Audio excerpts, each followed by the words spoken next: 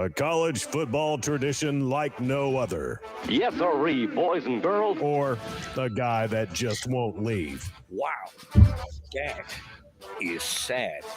The Dave Hooker Show. YouTube, Apple, Spotify, and the free Off the Hook Sports app. A presentation of Off the Hook Sports. Back to Dave Hooker. Welcome, Travis. Welcome those on the message boards. Welcome into the program, as for the next hour or so, we'll take a look back at Tennessee's football scrimmage, the first scrimmage of spring camp, as the Vols have now had 7 practices culminating in the scrimmage on Saturday. So Josh Heupel was a little bit more insightful. I think he's getting tad looser around the media, Caleb, especially though in spring camp. So he might be more quotable. He is the best though at saying something and saying nothing at the same time. Yeah, he gives a little bit away nowadays, a little bit more than he gave 2 years ago. Even from the scrimmage, there were a few things he said that I think that we'll get into kind of stood out a little bit that were, I think, I wouldn't say good news for Tennessee, but the only news you would have gotten would have been bad news, and it revealed that there was no bad news, if that makes sense. So I think that's good. That's a good sign for Tennessee. Well, and I think he's smart too, because this is a way different market. I mean, where does UCF rank among the teams that need to be covered in Orlando? Probably not very high, and it's not much of a sports city anyway. It's a transient city that doesn't have loyal fans. So, this is a totally different situation. I would have said the same for Danny White when he was hired.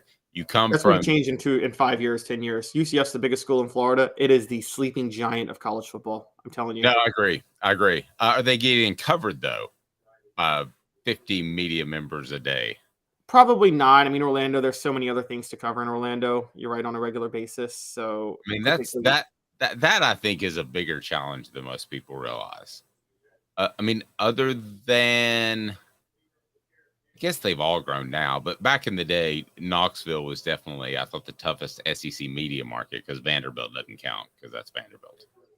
Oh, you're absolutely right. Knoxville probably was the largest media market where there was no pro team. And even when the Titans came, and you know this, the Titans went to Nashville, the Grizzlies came to Memphis, and the Predators came to Nashville.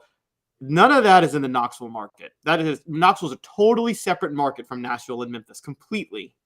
They're almost more Atlanta than Nashville.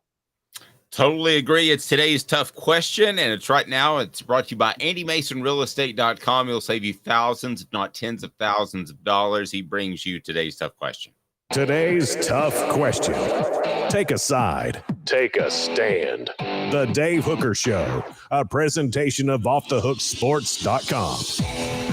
AndyMasonRealEstate.com. It's just that simple. AndyMasonRealEstate.com. Over 40 years of experience in that office, and take care of you. Best service, best prices, period. End of discussion. Please hit the thumbs up button. If you haven't subscribed, do so right now. Did you watch the women's final last night at all, Caleb Calhoun? Watched a little bit of it, not too much. It was actually a boring game. I'm telling you that if South Carolina had played LSU, it would have been a much more exciting game to watch. I mean, I know South Carolina lost to Iowa, but they were the best team. No, I agree. But the Caitlin Clark story was pretty neat. Did you feel like the officials got involved? Because I want to tie this back to Tennessee football, but I'm curious. A lot of people on social media, and I thought there were some chippy fouls.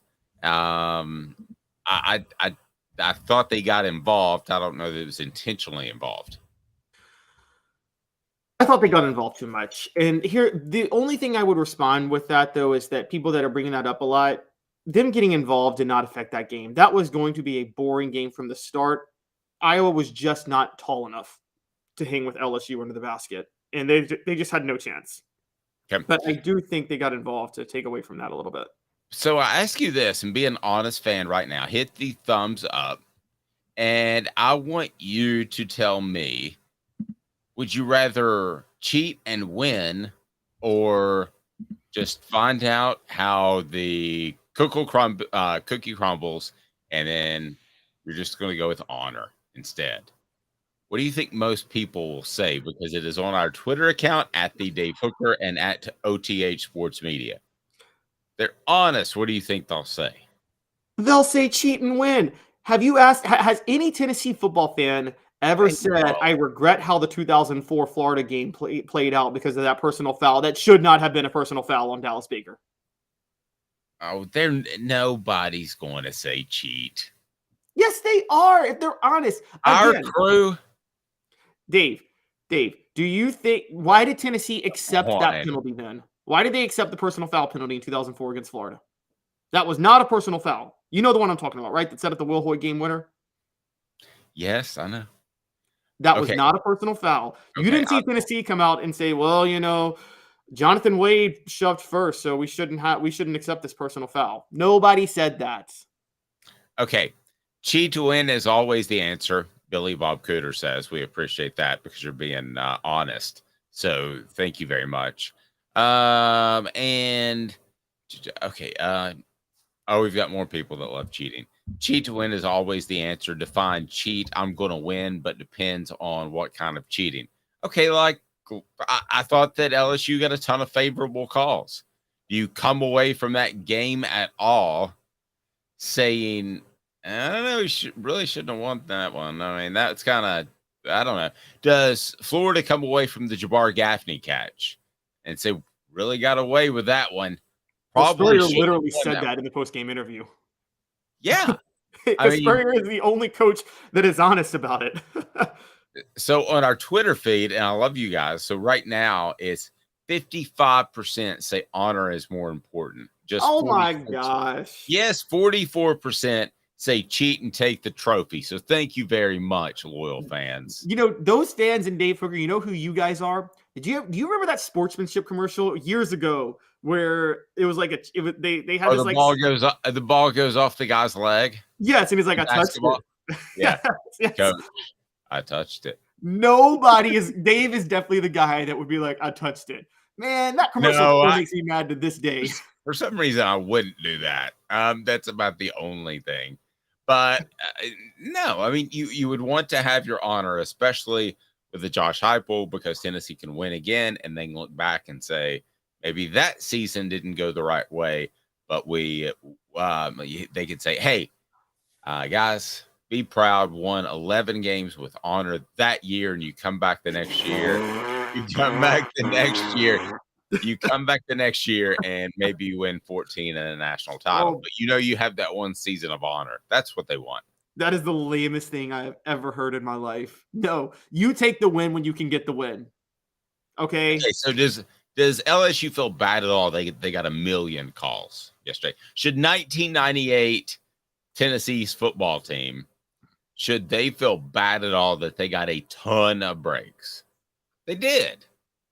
I think they got. I'm gonna. You know what? I cannot wait to speak to Fred White to defend him and his honor on Friday. Yes. Speaking of this, because I think the narrative around the '98 team is so unfair. They had more breaks work against them than breaks work for them. Jamal Lewis went down with a season-ending injury. How is that a break? Well, but they played the third-string Florida State quarterback. They had the bizarre Arkansas fumble. Florida imploded inside the 5-yard line, even though they had more yardage in the Florida game. They had a lot of breaks. Okay, let's break these down, for no pun intended. Okay.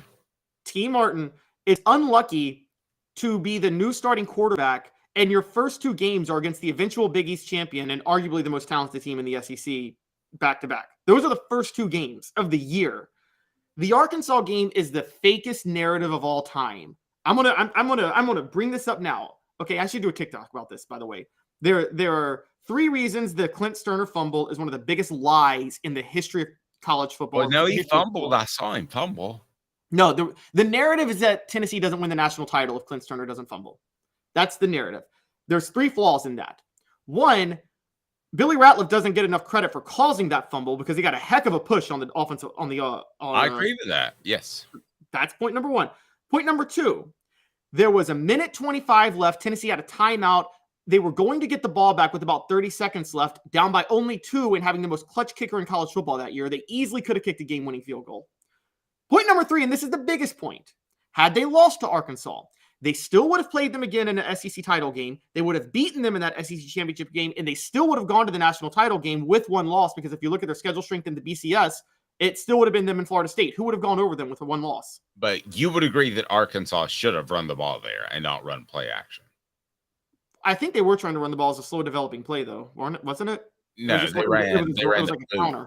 They ran the boot, and he faked the handoff, and then that's when he stumbled and fell and decided to lay the ball. Yes, they should have run the ball. That was next level stupid. And Houston Nutt, who I actually think is a great in-game coach, funny enough, that was just next level dumb by him. Portion of the program brought to you by Zool Beer, xulbeer.com. Zool Beer is fantastic, worldwide award-winning craft beer, and wow, they've got parking downtown, which you just don't hear of nowadays, and you will love Zool Beer, a great panoramic view of Knoxville. So your thoughts on practice over the weekend? Here are a couple of things that I'm hearing, and we will do that via 4 Downs. 4 Downs today brought to you by City Heating and Air Conditioning. City Heat and Air, integrity matters at City Heating and Air Conditioning, cityheatingandair.com. We know Dave believes integrity matters. 4 questions, 4 answers. The Dave Hooker Show. 4 Downs, a presentation of offthehooksports.com. Okay, so here's some things I'm hearing from spring camp.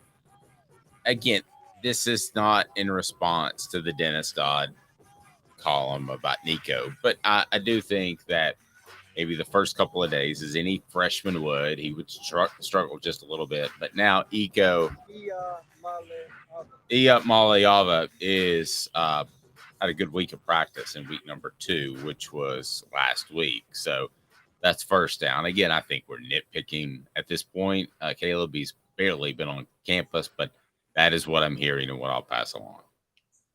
Yeah, I had heard that he had actually taken a huge stride forward too. I think Jaru was telling us about this last Friday. By the way, we were talking with him about practice. He said that they were starting to see some better signs from Ia Maliava later in the week, into the second week of spring practice. So I don't think there was anything to worry about. You know, you have to rework sometimes a quarterback. That's fine. If he doesn't start this year, that's still fine, because there's Joe Milton.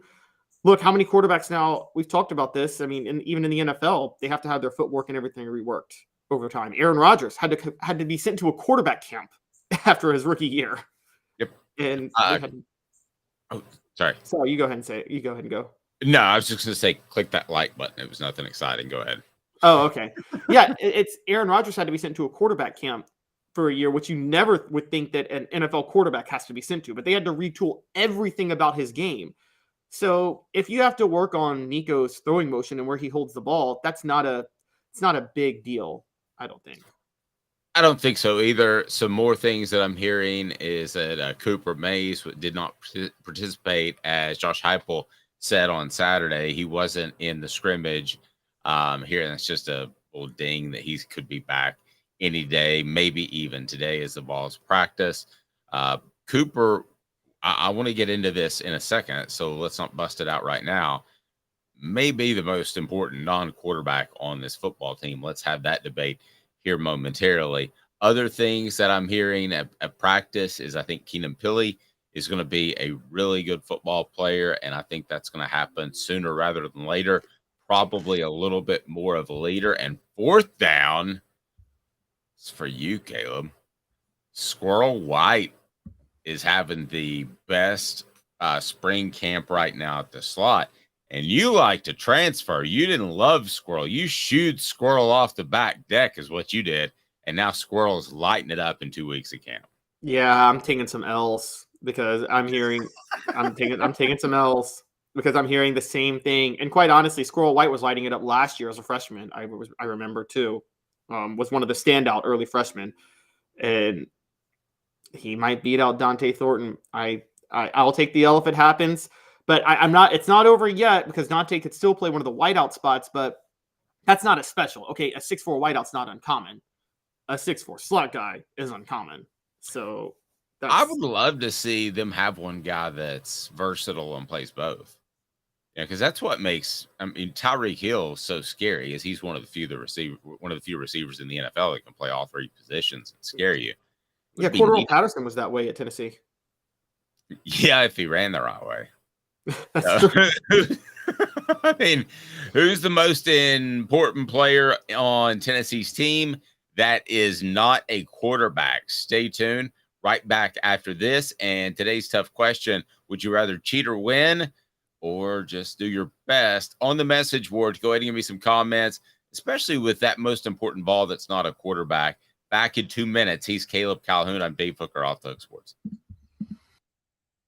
And Craving Wings South North Shore location, where we've heard people say that you can get the best wings in East Tennessee.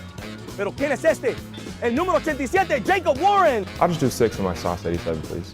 Imposible, señorita. Dale 6 más. Look at these wings. Perfectas, deliciosas, fantásticas. Man, I don't know what you're saying, but it sounds awesome. How do you say fresh, never frozen in Spanish? Frescas, nunca congeladas. Make your way to Craving Wings and get you 6 más. But what was funny about Kate is we were a full continuum of care at that time. We had detox, we had inpatient, we had outpatient. So we were doing a lot of the things that we do now. But now we just do them so much better. It's really a simple program, but we're complicated people. I am what I am, and now I got to do something about it. You can take your life back. Call Cadis today. Got cataracts? We can fix that. Never miss another moment. With a little help from Doctors Campbell, Cunningham, Taylor, and Hahn at cctis.com. Do you want to own the more that owns every job? Then get to Vassey Lawn and Garden in Cleveland and get you a Toro. I'm David Vassey, here to talk to you about Toro. With a Toro Zero Turn, you'll get more out of every minute and you'll reach the finish line faster. At Vassey's, we like to say, no matter if you're mowing 3 acres a week or 11 lawns a day, homeowners and business owners alike find confidence in equipment they can trust from top to bottom. Vassey Lawn and Garden, Highway 60 North in Cleveland. Man alive, it's worth the drive. Our family has been creating jewelry since 1986, each piece unique with a story all its own. I'm Rick Terry with Rick Terry Jewelry Designs. I'm a jeweler, and I want to be your jeweler. We're grateful that you chose us to be Knoxville's best jeweler. My family and staff look forward to serving you. So please come see us. Kingston Pike and Campbell Station Road in the heart of Farragut, and downtown on Gay Street, right next to the Tennessee Theater. You're listening to The Dave Hooker Show, a presentation of OffTheHookSports.com. The internet is full of pictures of each and every one of you. Available on YouTube, Apple, Spotify, and the Off the Hook Sports app. Download now for free. Is there nothing you people can't do? Also available on OffTheHookSports.com. Caleb, I'm mad at our audience. They're the best audience out there because I think they stole away the whole theme of this segment. Welcome back to the program. He's Caleb Calhoun. I'm Dave Hooker. As I mentioned before, Cooper Mays out of Saturday's scrimmage. I think he'll be back today or possibly tomorrow, but it is a Monday, Tuesday, Wednesday practice week. So then you have the Easter break. Would it be horrible to hold him out for the entire week? I mean, they could. I think we'll know a little bit more on offthehooksports.com today. But the most important player that isn't in a quarterback room is whom? And this is who the message board says. So Elias has Jalen Wright. I think he could have a breakout year, but I think Tennessee has some depth there. Mr. Jones says Cooper Mays. And then Elias says Jalen Wright has the potential to be the best receiver on the field. Best player on the field, excuse me. And then Rebecca says Cooper Mays. It all starts with him. He has to be dialed in all the time. I think it is Cooper Mays, Caleb. And from what I've heard from the first 2 weeks of spring camp, they think it's Cooper Mays too, because it doesn't look like Jordan Addison is ready. So if something were to happen to Cooper Mays in the season, and remember Addison Nichols, right? Not Jordan Addison. Jordan Addison's the USC receiver, I think. No, yeah, not him. But if he shows up, I'm sure they can find a spot for him. Addison Nichols. So if Cooper couldn't go, they might have to reshuffle the offensive line, which you never want to do. And if you do, you're going to do in preseason camp usually. Obviously, you do not want to have to do that. I think Cooper Mays is the most important non-quarterback on this football roster. On offense, you're right. I don't know if I can go all the way there because I have come around to somebody you brought up last week based on the reports I've been hearing and the reports you've been hearing, which is that I think Keenan Peely might be the most important non-quarterback now.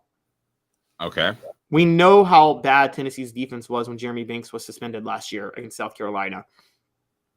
Keenan Peely is... It wasn't good even before he was suspended, but... Oh, you're right. Well, it wasn't good, but it was okay. We might get like 3 to 4 stops a game.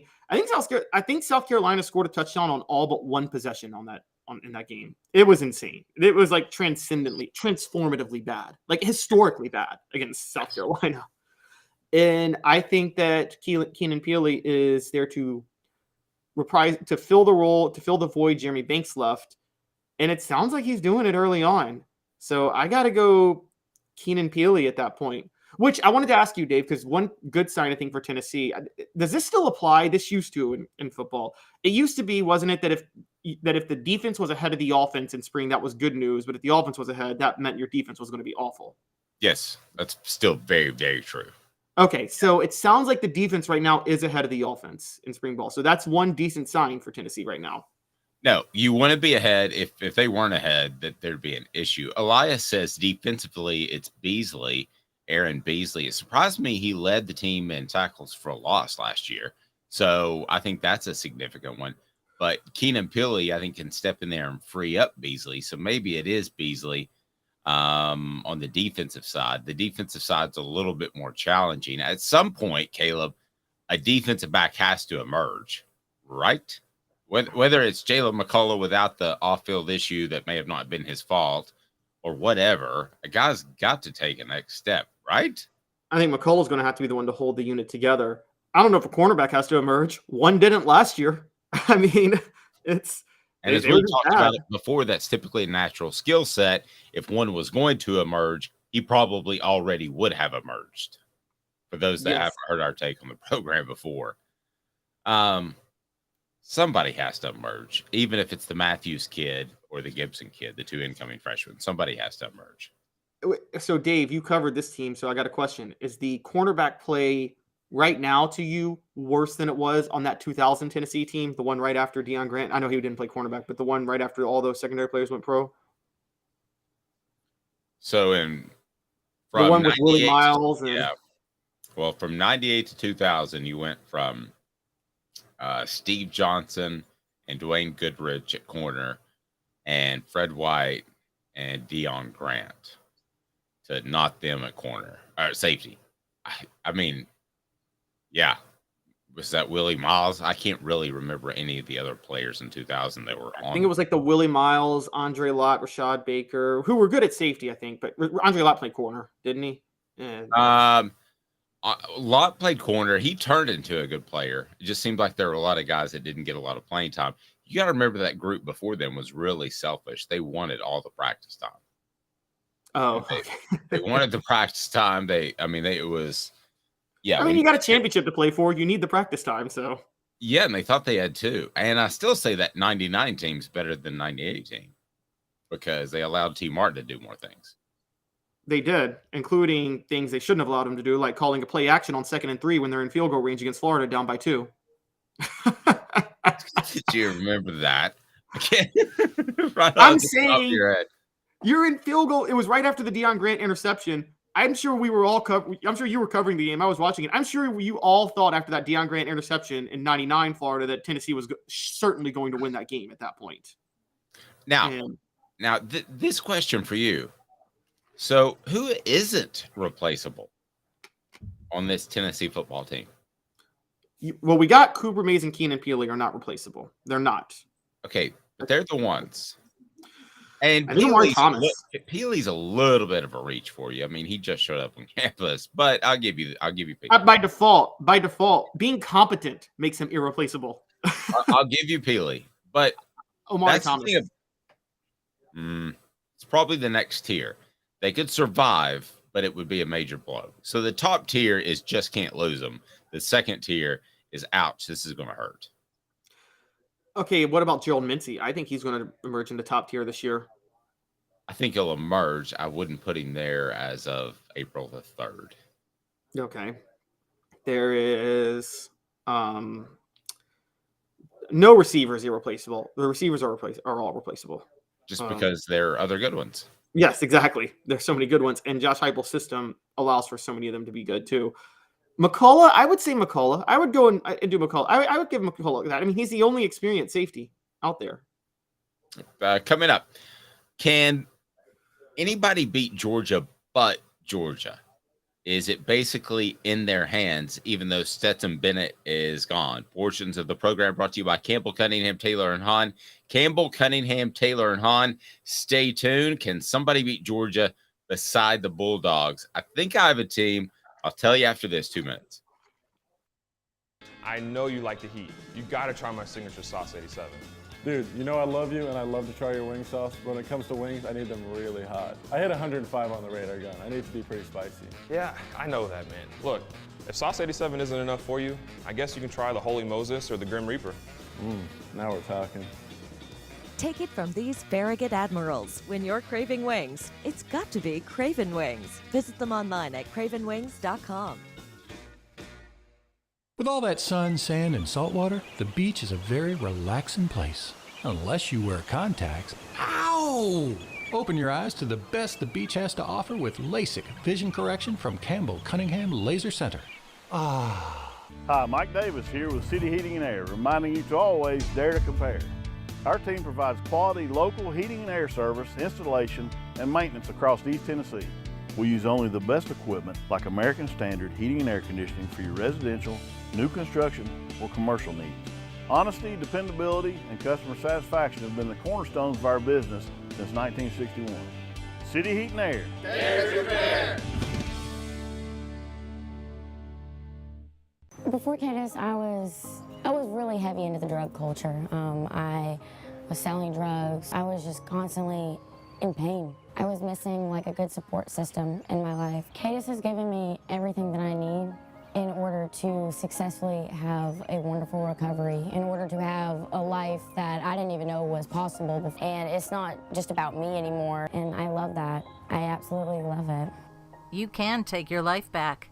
Call Cadis today.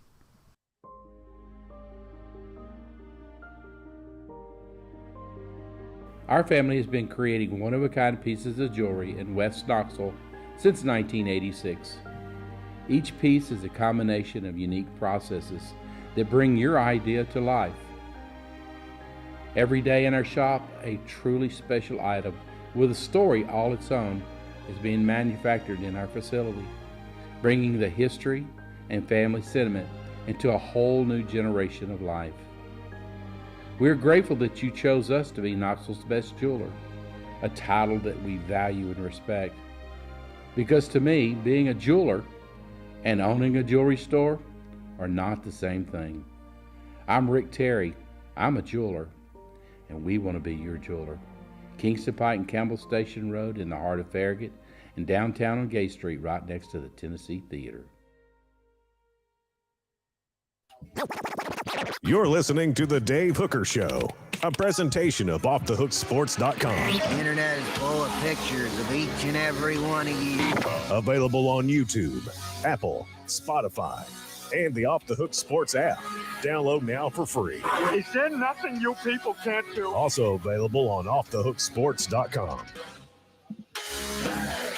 Welcome back. Portions of the program brought to you by Campbell, Cunningham, Taylor, and Hahn. Look at me. No LASIK, no glasses. No LASIK. I got LASIK. No contacts, no glasses.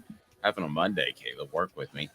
And I had LASIK, and I'm in great shape. I can see up close. I can see far away. I'm golden. I had my final checkup last week. They are awesome, and they care about me. Found another issue that my other eye doctor was able to take care of. They also have different eye vision centers. They're awesome. Cataracts, too.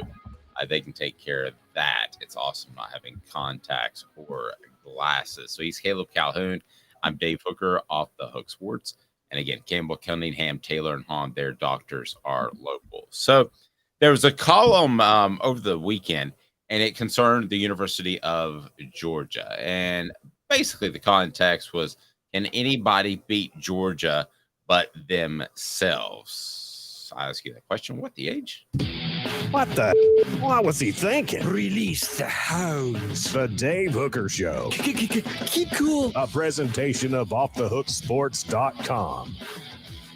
Can anybody beat Georgia but Georgia this year? You know what I mean, Caleb. They have to show up like they did against Missouri last year. They have to show up with a B-, C+ game. Not even tank it. I'm not talking about a D. I'm talking about a B-, C+ game and lose. Can they show up and that happen to these Georgia Bulldogs that return, I believe, 73% of their production on defense and somewhere along the lines of 60-something on offense? Pretty impressive group coming back a year after they won their second national title with a bunch of new guys on a vaunted defense. Yes, but not on their. I don't know if it's on their schedule, on their regular season schedule. I think that Tennessee is the best chance to beat them on their regular season schedule. If you look at their schedule, it's another awful schedule. I mean, they're the toughest for them outside of Tennessee is probably a trip to Auburn, because as much as I despise him as a human being, Hugh Freeze is a great coach, but it's Hugh Freeze's first year, so I don't think Hugh Freeze is going to have the horses to beat Georgia this year. I think that the closest is probably Tennessee. They get Ole Miss at home the week before, but that's at home. You think they're losing to Lane Kiffin at home? Hugh Freeze could stack some stuff in the offseason because that would be a monster win. That could be one of those where you save some stuff. But you're right. I mean, Georgia's going to be a 13-point favorite. Right, exactly. I think the best chance to beat Georgia is, not trying to tease anything, guys, but maybe the next Kirby Smart Nick Saban, the team they might face again in the SEC championship game. I'm talking about LSU. I'm on a watch out for a potential LSU dynasty happening very, very soon, guys. I think that could happen, but I think that's a year away. I'm going to say Alabama, absolutely, because Nick Saban is now playing Georgia at Georgia's own game. Okay, so he's saying, I'm going to go back to being a little bit more conservative. I'm going to control the ball. I'm going to have an equal emphasis on defense. Now, this is the opposite of what Josh Heupel is doing. I think it's the best thing for Josh Heupel, and eventually I think he will tweak that in that you have more of those 4-minute offensive drives and you have more defensive players that you can provide depth when your team's going up and down the field. But right now, the two teams that are going to be successful running it a little bit more conservatively at the elite level are going to be Georgia and Alabama. And if they're playing the same game, I'm going to take Alabama. I think that Alabama can beat them in an SEC title. I'm not disagreeing with you on LSU. I just want to see it. I think that I'll take Nick Saban against Brian Kelly right now. And I want to see that talent at LSU, which it probably will, get to the Alabama level. All right, I'm going to totally disagree with you on this. Disagree away. Let's get heated, Dave. Let's go. Put your boxing gloves on. No, I think Alabama's the 1 year away. I think this Alabama team that we're going to see this year would get obliterated by Georgia. I don't think the talent is there on Alabama this year.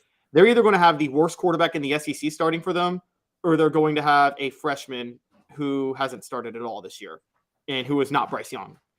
And so I think this is a rebuilding year for Alabama. And I cannot believe I'm saying those words are coming out of my mouth, but Alabama is going to have a rebuilding season this year.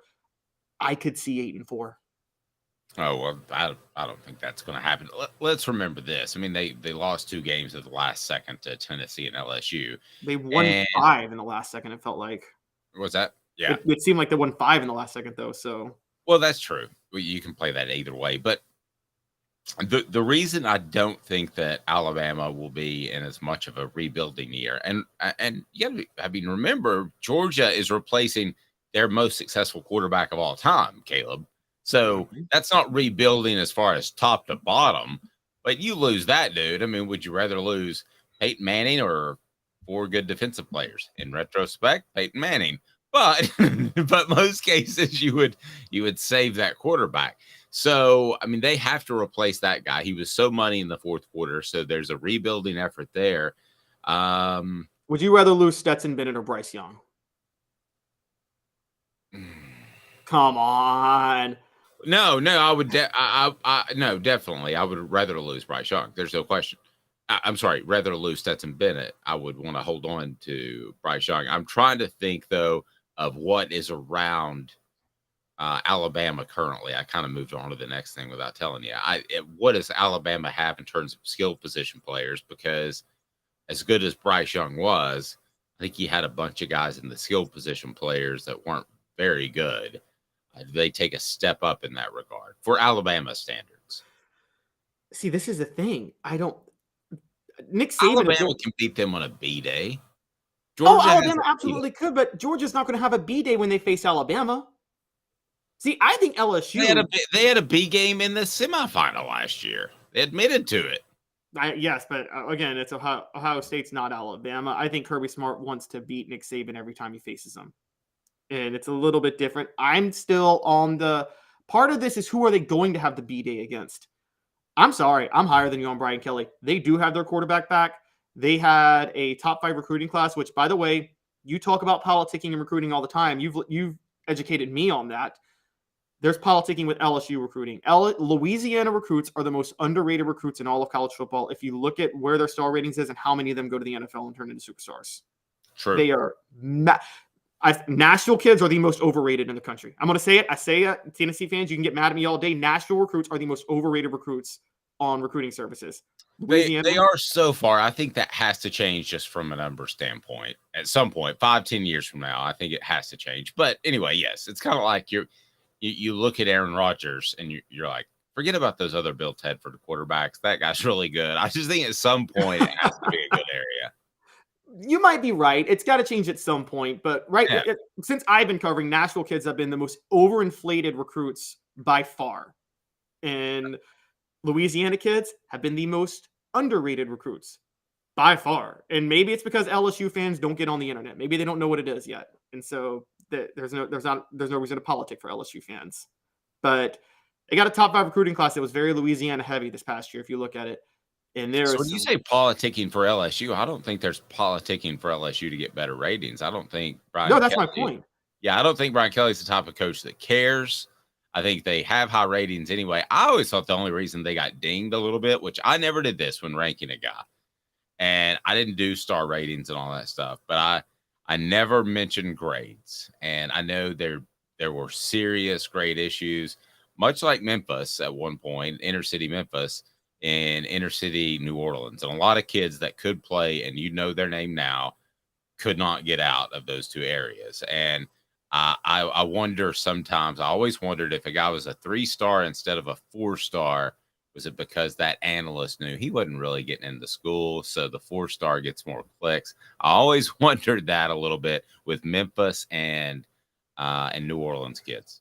Yeah, but the big difference is since the advent of the lottery scholarship, which came in 2003, I think, to the state of Tennessee, Tennessee has held at least some bit of a standard, not like a high standard for athletes, but some form of standard. I don't think LSU has any standard. I think LSU is like West Virginia at that point.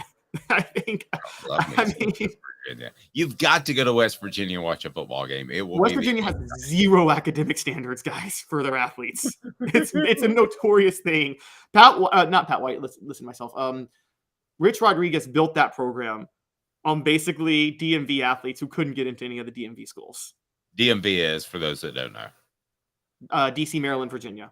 That DC area right there. I learned that when I was up in that way. All right. So the reason they call up here, you don't go to the DMV, you go to the MVA to get your license because it's too confusing to go to the DMV. Yeah.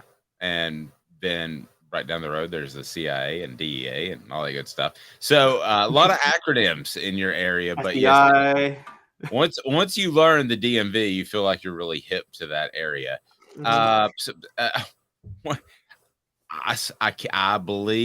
I believe in my heart that in a straight up game, both teams play B+, that Alabama can beat Georgia.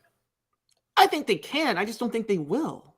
Look, this is going to be Nick Saban's worst team since 2010. I'm telling you that now. This is Nick Saban's worst team since 2010.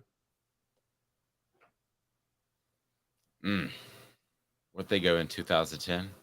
They went 10-3. Well, that's still pretty good. They got blown out by South Carolina that year. I don't think LSU's ready, but in this transfer portal world, maybe they are. We'll have some Tennessee recruiting news. Hang tight with me for 2 minutes more on the Vols and why there's another team that maybe. I know you like the heat. You got to try my signature sauce 87.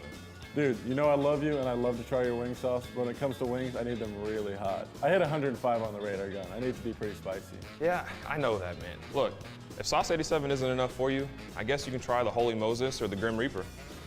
Now we're talking. Take it from these Farragut Admirals. When you're craving wings, it's got to be Craven Wings. Visit them online at cravenwings.com. With all that sun, sand, and salt water, the beach is a very relaxing place. Unless you wear contacts. Ow! Open your eyes to the best the beach has to offer with LASIK vision correction from Campbell Cunningham Laser Center. Hi, Mike Davis here with City Heating and Air, reminding you to always dare to compare. Our team provides quality local heating and air service, installation, and maintenance across East Tennessee. We use only the best equipment like American Standard heating and air conditioning for your residential, new construction, or commercial needs. Honesty, dependability, and customer satisfaction have been the cornerstones of our business since 1961. City Heat and Air. Dare to compare.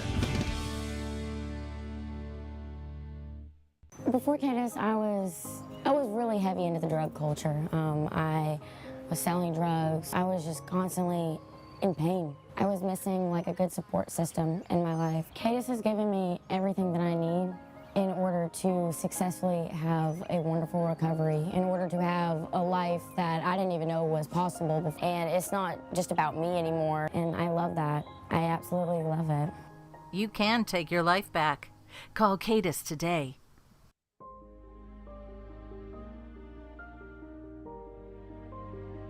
Our family has been creating one-of-a-kind pieces of jewelry in West Knoxville since 1986. Each piece is a combination of unique processes that bring your idea to life. Every day in our shop, a truly special item with a story all its own is being manufactured in our facility, bringing the history and family sentiment into a whole new generation of life.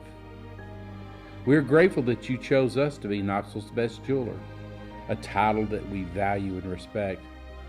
Because to me, being a jeweler and owning a jewelry store are not the same thing. I'm Rick Terry.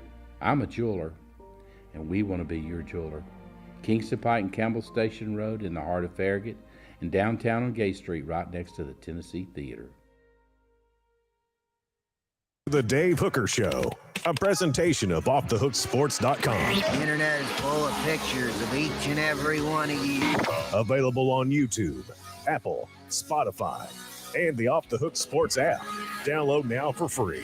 Is there nothing you people can't do? Also available on OffTheHookSports.com.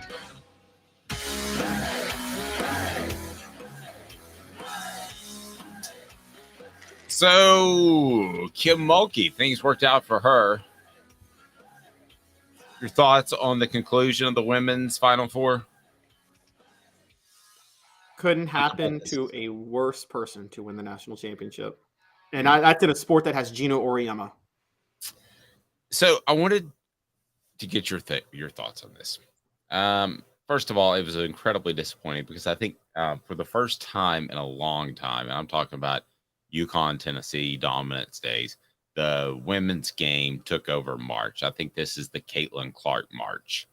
And no matter what happens in the championship game for the guys, I think it's the Caitlin Clark March. I think we all watched her. She had the 40-point triple-double. She was fantastic. I think it'll always be that. So, nevertheless, you do have an LSU team that enraged social media. And I'm not sure how much of the game you watched, but at the same time, Give us a little bit of background for those that don't know about Kim Mulkey. You say she's a terrible human being. I wasn't aware of some of this. Let me hear it from you. So this was right on the heels of the Art Briles scandal in 2016, the Baylor scandal. And I want to be fair, it's a little hazy on how much Art Briles should be held accountable for that. I'm going to be fair to him on that. It was just there, but we know it was a bad scandal. You know the scandal I'm talking about, Dave. Right, but let's give a little bit more context for those that don't. It was essentially sexual assaults and just really, really poor behavior that was criminal was being covered up, we believe, by the football program, so it didn't get to a legal level. Basically, is it right? Yeah. Yes, exactly. It was what every coach has probably tried at some point in their life, except it was widespread and it was common. Show up, and that's how you do business. And it went all the way to the top at Baylor. Right. It went all the way to the president, Ken Starr, at the time, who ironically was the guy that led the impeachment charges in the 90s over the Monica Lewinsky scandal. Right. So, yes, it went all the way to the top. Within months of Art Briles getting fired over that and Ken Starr stepping down and everybody getting in trouble, Kim Mulkey comes out and says, if somebody's around you and they say, I will never send my daughter to Baylor, you knock them right in the face. That's what she said. So why do you have a major problem with this?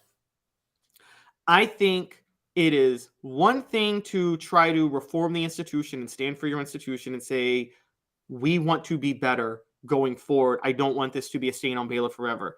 It is another thing to be defiant. This was a defiant quote to say, who cares what happened at Baylor? And who cares what our football team did? And I don't care how anybody feels. This was a legitimate concern. By the way, I said the same thing because in case you, and for those of you who don't remember, Tennessee was just on the heels of settling a sexual assault lawsuit with, there was a group that filed it. Remember that in 2016 when Dave Hart had that cringe press conference with all the coaches? Oh, yeah, I do. Oh, that was and awesome. I thought Butch Jones should have been fired then. The minute Butch Jones said this is hurting Tennessee in recruiting, I'm like, that you should be fired on the spot when you say something like that. It was the issues that were coming up against Tennessee were, you could question some of them. The A.J. Johnson one, he was found innocent.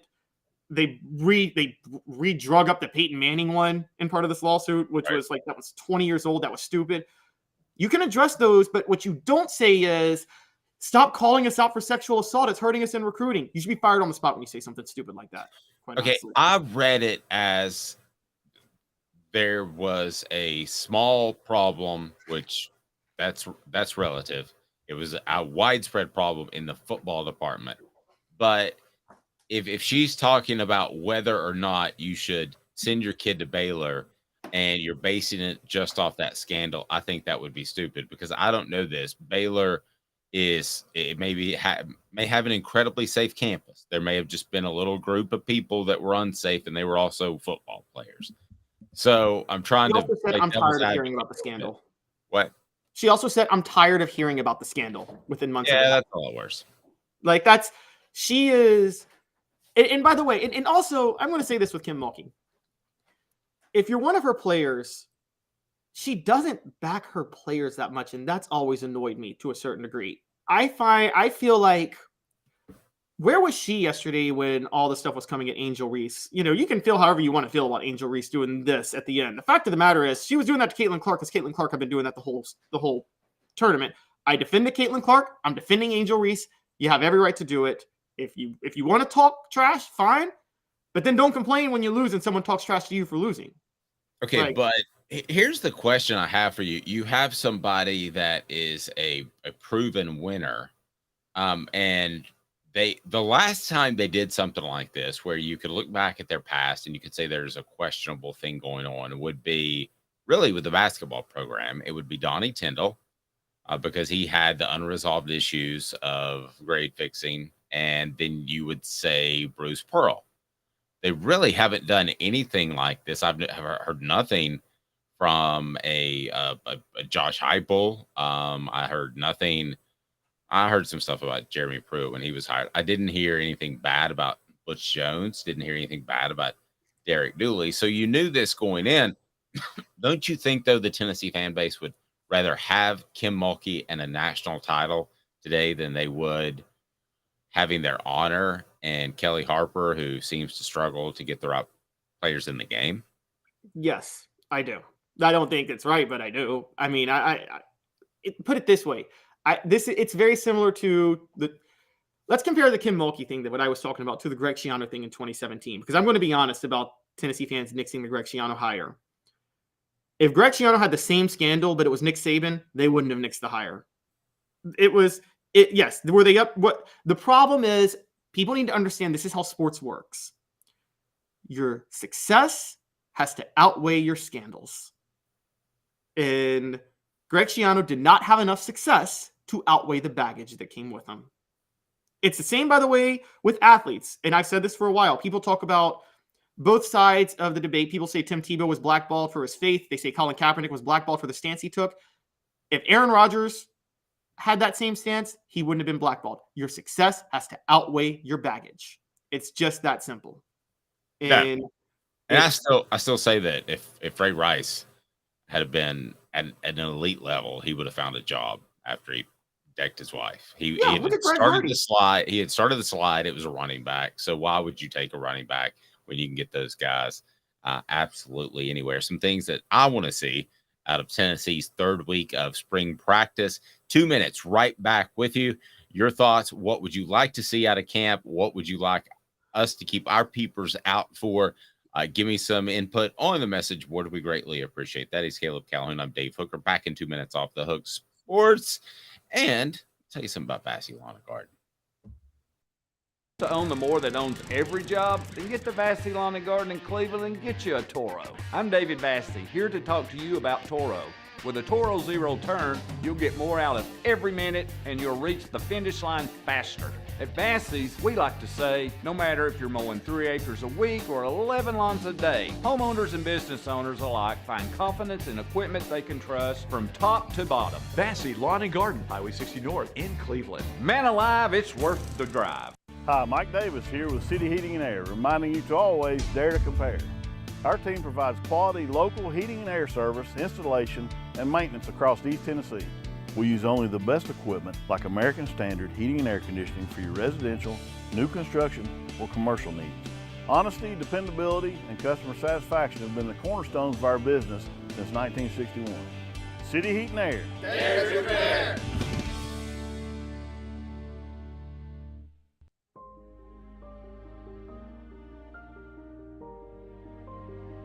Our family has been creating one-of-a-kind pieces of jewelry in West Knoxville since 1986.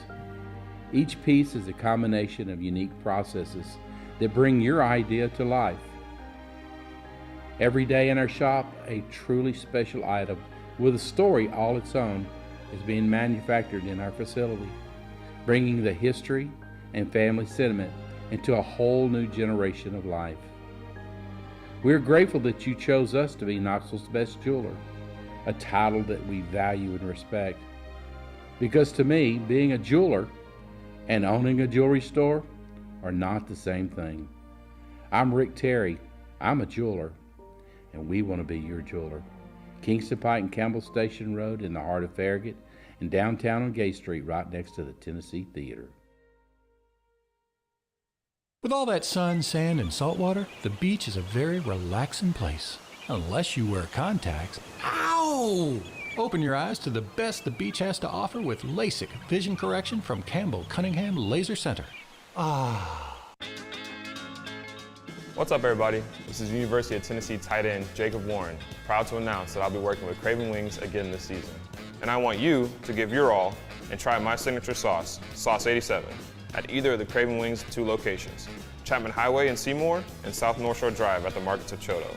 When you're craving wings, it's gotta be Craven Wings. Online at cravenwings.com.